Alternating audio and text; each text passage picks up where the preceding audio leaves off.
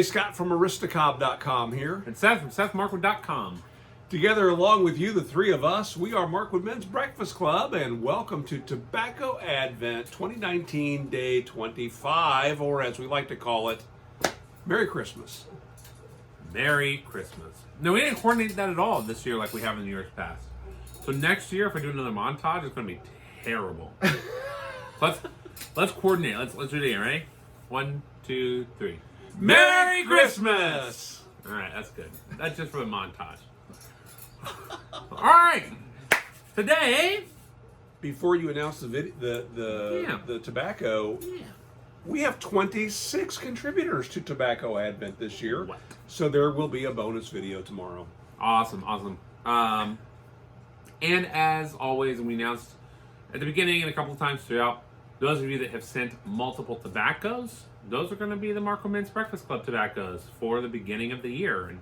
And this year, we had about 3 months worth of videos of Tobacco Advent leftovers. So some of you contributed 4 or 5 tobaccos.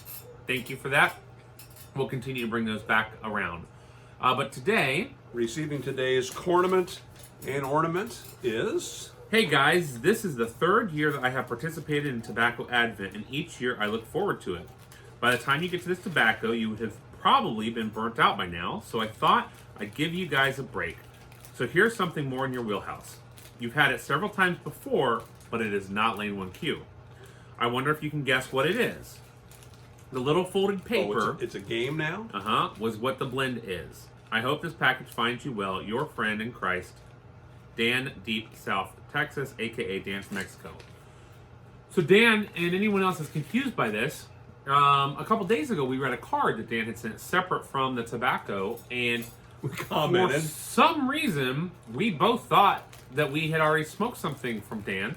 I think just looking at the package, and we found this still in the to be smoked pile. We're like, wait a second, did we mess that up? So sorry for any confusion.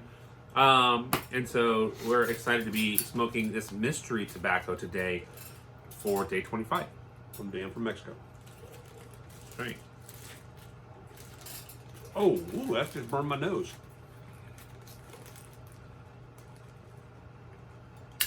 Little unintentional retrohaling going on.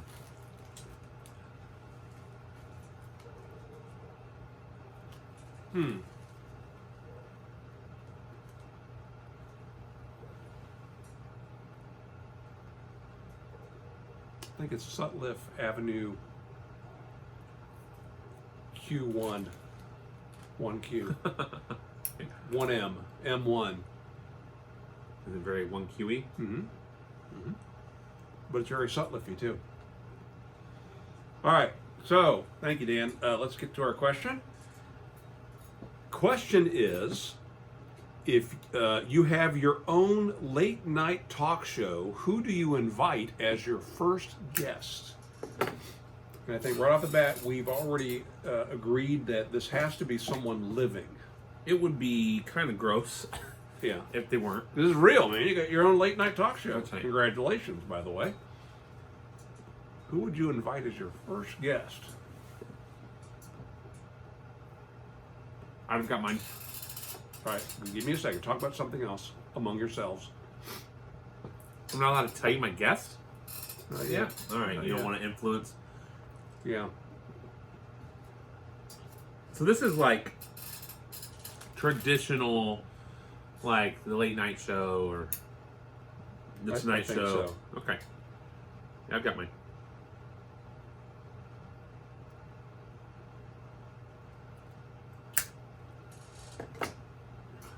Ooh! No, I've got. I'm thinking through a number of people, and I think of there are some kind of elusive actors, actresses, Right. people that don't do interviews frequently, Right. people who are going to guarantee draw an audience, but are they going to draw the audience that you're going to want to have stay around Right. time and again? That is the very same thought I had. My very first thought was, I want to invite this person. They're not going to draw a first episode audience that's going to sustain you, right? And so you need to strike that balance between someone that's going to be interesting and on brand, and someone that's going to themselves draw an audience to your show. Like, I got mine. all right, so you've got yours. So let me run through the two that came to my mind, pretty much first and second. As man, I would love to just sit down and have a chat with them, or I know that they interview very well. Is Paul Rudd, and that's because of the interview that he did recently. We've talked about him a couple of times, but it's the interview that he did with Hot Ones. Okay. So did you see that interview? I must have, because I watch all the Hot Ones. It's amazing. Would he bring along a clip of his new movie? No, that's only for Conan. His TV's actually, it's a Netflix TV. No, the clip that you're, I thought it was a joke about from the clip from Mac from and Mac Me. and Me. Yeah.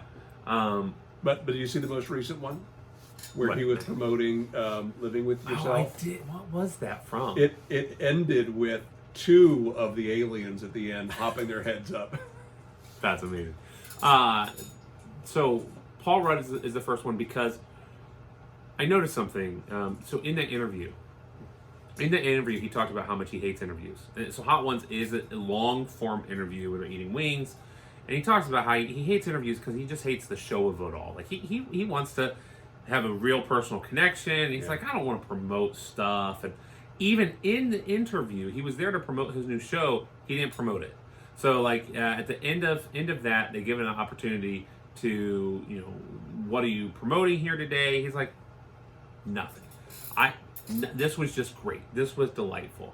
And so just from that, if nothing else, I mean, I've liked him before that, but that really he was endearing.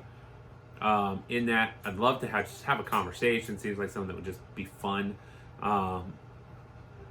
but may not have the star power. As much of a star as he is, may not have the star power. The second one that came to my mind was Nick Offerman. Is that yours? He's one of mine. Yeah. He's absolutely one of mine. Like, I just want to sit and talk with him, Yes. but again, like he's got star power, but is it? So I've got to go with same vein. I think it strikes that balance of would be fun to talk to, would love the opportunity to just hang out, but also hits that it's going to draw an audience, and for me that's going to be Ryan Reynolds right now. Chris Pratt is also on the list, but I think Ryan Reynolds is the one. He's the guy. I've been a fan of his long before anyone knew who he was. Okay. So you're not going to understand why I would choose my character or my person to interview. But if you get what the genre of my talk show would be, you would absolutely understand this. So my talk show is going to be primarily about makers and woodworking, right? So I would want to interview all kinds of YouTube makers. These are people that weld and do woodworking and things like that. So this is not a traditional late night talk show. No, not traditional late night talk show, because it's a show that interests me. Yeah, that's fair. That's not the ground rules, but it's fair. Excuse me? I think I asked the clarifying question. Is this a traditional late night talk show like Yes. the Tonight Show? Yes. Okay. Only I have a very niche market for my talk show. But it's not. It is. It's a late night talk show on PBS. Got it. That's fine. There are talk shows all it's over direct the to place. YouTube. Right. Again, Hot Ones done pretty well. Oh, they've done really, really well. So I actually have, my first episode has got a lineup of 3 people. So 2 of them are going to be Jimmy DiResta and Nick Offerman. Yeah. So those guys, if you don't know, Nick Offerman was on Parks and Recreation. So where he played, the name is Ron Swanson. He is also the host of Making It, he along with Amy Poehler. And he's just a funny, witty, very dry delivery, dry wit, but very punny as well.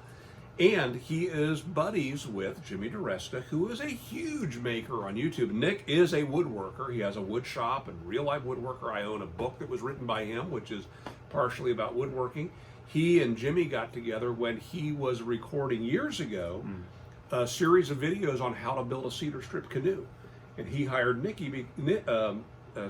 Jimmy, because he knew John DiResta from a TV show he had been on, that John DiResta had been on along with Nick, and he was looking for somebody who could record him. He was a videographer, and Jimmy was capable of doing that, and is a great maker in his own right. Those two would follow Norm Abram. Norm Abram would be the anchor, the first person I would interview, and he is one of those guys that when he stopped doing the New Yankee Workshop and had already stopped doing This Old House, he was good. Yeah. He was good. He didn't need the limelight. He didn't need to be interviewed again by Fine Woodworking Magazine. He didn't have to have a YouTube channel. He was happy to just retire and do whatever he wants to do. And I think from things I have read about him and interviews by him years ago, not the least of which was in Fine Woodworking Magazine, I think he's a very interesting guy. Yeah. He's quiet and introspective, but he's a craftsman. And so part of my talk show would involve time not only traditional at the sofa, right? But also I would want to spend some time in their shop, or maybe we have a shop on the set that they share something that they're passionate about. It's almost like the cooking segments. Kind of like a cooking segment.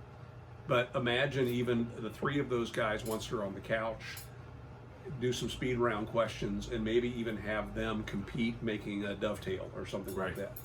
Could be fun. Yeah, situations like that in particular, but just in general, I really appreciate the English, the UK talk show format, which which Johnny Carson used to do on the Tonight Show. Yeah, all the guests would stay. It was all sit. Really unusual if somebody left.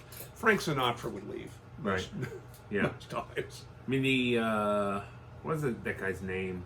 Graham Norton. Graham Norton. Yeah. Graham Norton, and just the way they have the set is very open. It's real casual. I like that. I like that. Even James Corden has tried to imitate that, but it is still just a more closed set.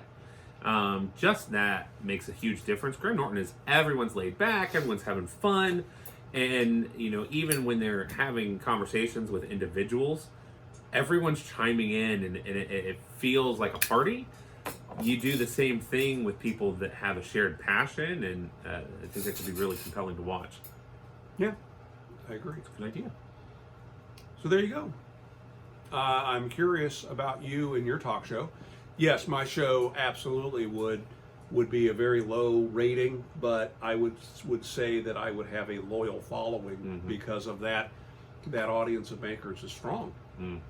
So, I mean, I got a whole list of people that would be interviewed and be involved after that. A whole bunch of folks. You know, Bob from I Like to Make Stuff would be on an early show as well. Yeah. So let's see. We're going to open the envelope, because I think that this is that Sutliff version of 1Q, which is 1M or M1. Yeah, I definitely think it is. It's a big brand. It's very similar. It's not exactly 1Q. It's not. No. Very similar. Before we do that, let's just take just a moment, because it's Christmas Day.